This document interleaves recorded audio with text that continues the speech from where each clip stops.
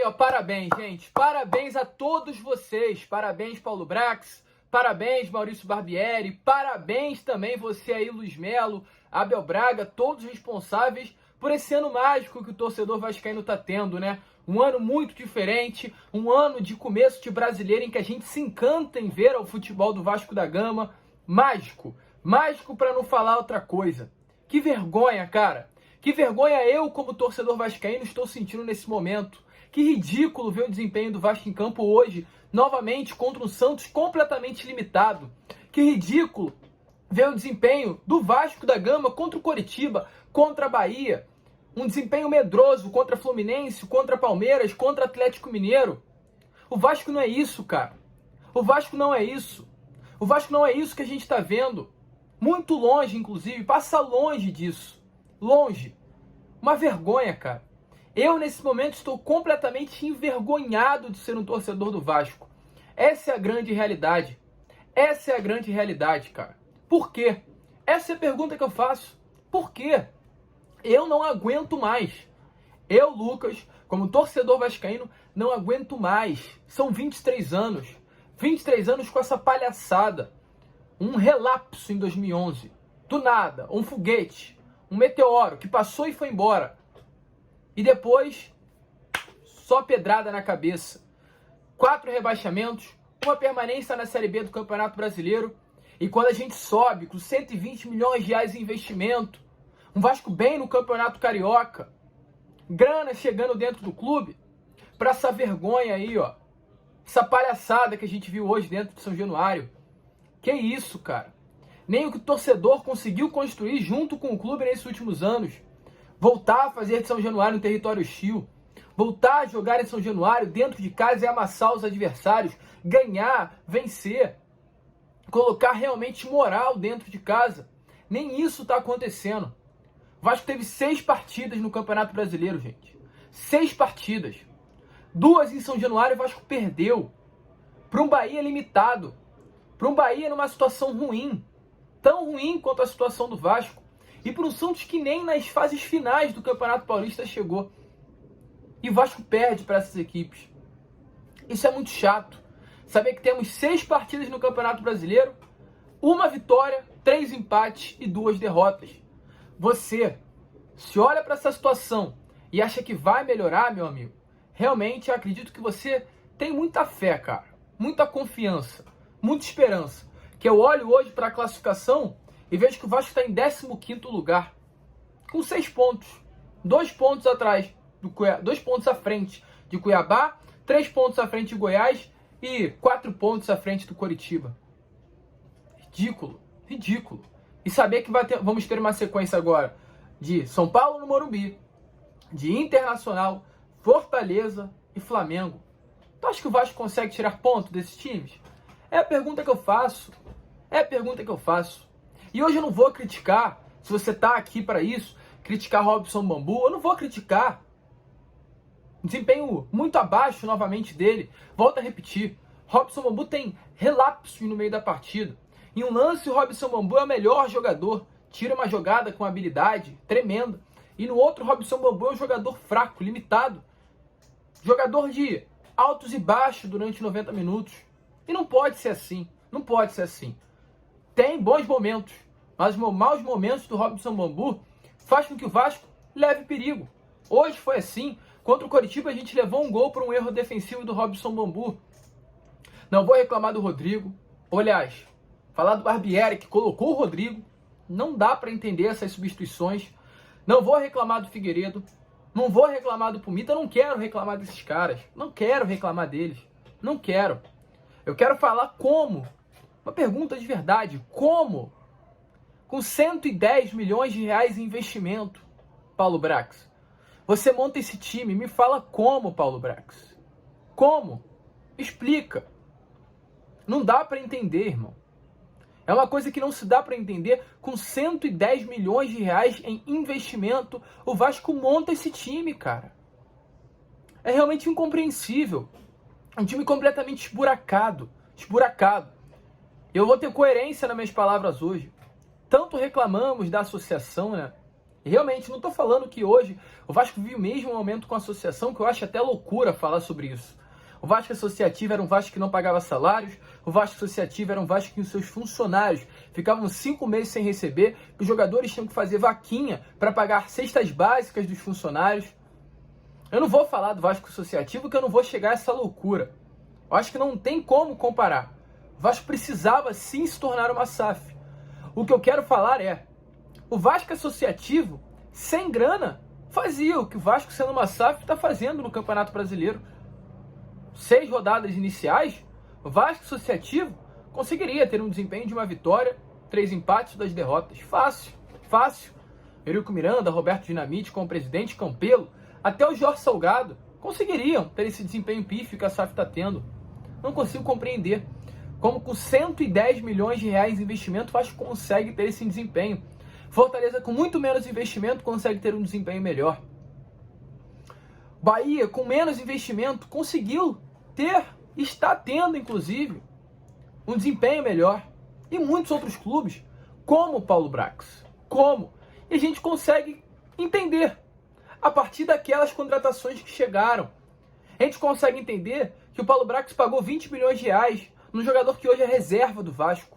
Isso é loucura, cara. Isso é loucura. Não tem lógica, não tem sentido. Não tem sentido pagar 8 milhões de reais no Capaz se ele ser reserva do Vasco. Não tem sentido, irmão. Não tem sentido ele pagar 15 milhões de reais para um Jair. É um jogador que desempenha, tem bola. Mas ao lado dele não tem com quem jogar. E aí a gente olha para o Botafogo, eu vou olhar para o Botafogo. Não tem como eu falar esse vídeo sem olhar para o Botafogo. O Botafogo gastou menos dinheiro que o Vasco. Você sabia? Só que o Botafogo, com menos dinheiro, contratou 23 jogadores. O Vasco, com mais dinheiro, contratou 14, 15. De início, gastando grana. Depois vieram refugos. Matheus Cocão, tá de brincadeira com o Matheus Cocão. Se fosse bom jogador, ele estaria entrando hoje contra o Santos São Januário, no lugar do Rodrigo no final da partida. Gabriel Carabarral, tá de brincadeira. Rauan, tá de brincadeira. É desrespeito ao torcedor, cara. Eu, como torcedor, e volto a repetir o que eu falei lá no início do vídeo, e você também, a gente não merece isso. A gente não aguenta mais isso. A gente não aguenta ficar esperando a semana toda para ver um jogo do Vasco e se estressar. Que é isso que acontece. A gente fica estressado. A gente se irrita. A gente cansa. Ó, domingão, dia das mães, tranquilo, né? E aí é pra gente ficar assim, ó. Estressado, irritado, chateado. Porque ver esse desempenho pífio do Vasco dentro de campo é difícil. E eu vou manter a minha postura, não vou reclamar do Maurício Barbieri, cara. Não vou reclamar do Maurício Barbieri. Eu acredito que se as críticas têm que ser voltadas, elas deveriam ser voltadas a quem comanda o futebol do Vasco. Ao Paulo Brax. Que é muito difícil, meu amigo. Na boa. É muito difícil ser o Barbieri e olhar para o banco e ver que não tem opção.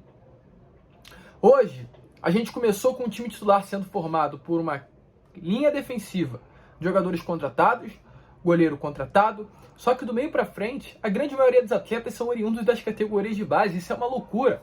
Galarza é base, Cão Barros é base, o Alex Teixeira veio, mas é base, Gabriel Peck é base e Figueiredo é base. Então, gente, de 11 titulares, 5 são jogadores das categorias de base do Vasco. E a pergunta que eu faço é, o que mudou? O que mudou? Nada mudou.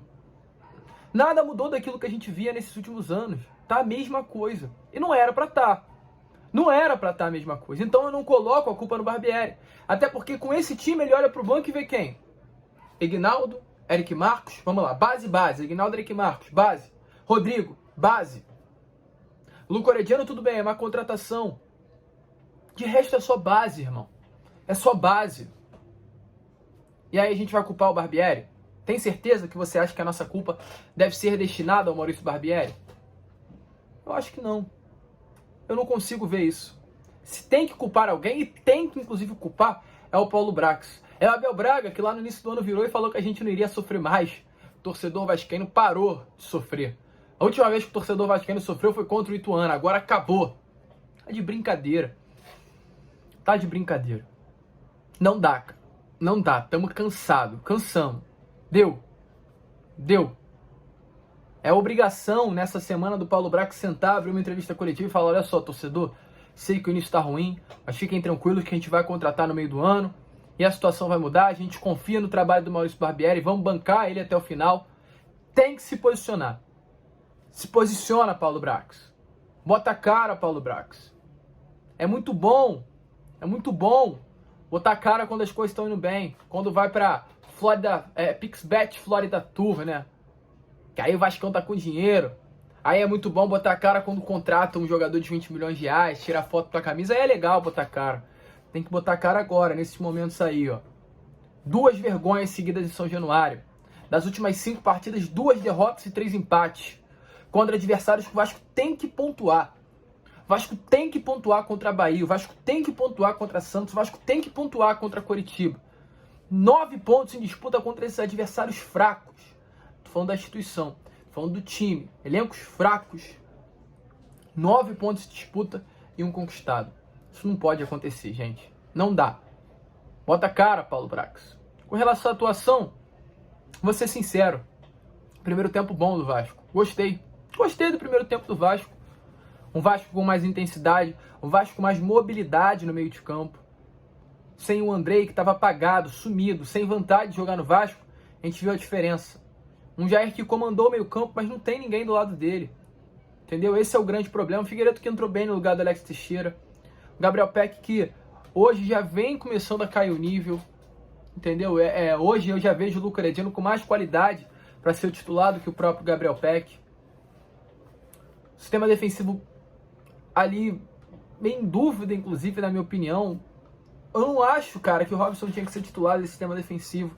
Eu não acho que o torcedor vascaíno vai querer o Robson como titular. Tem que colocar o Capácio, cara. Não pagou 8 milhões de reais por esse cara, pelo argentino. Coloca ele em campo, irmão. Dá continuidade. O Léo, boa partida, gostei. Acho que o Léo é ponto fora da curva desse elenco do Vasco. O Lucas Piton também é ponto fora da curva. O Pumita tá mal. Mas eu acho que também o torcedor tá pegando muito no pé dele desnecessariamente. A culpa não é dele, cara. Já te falei.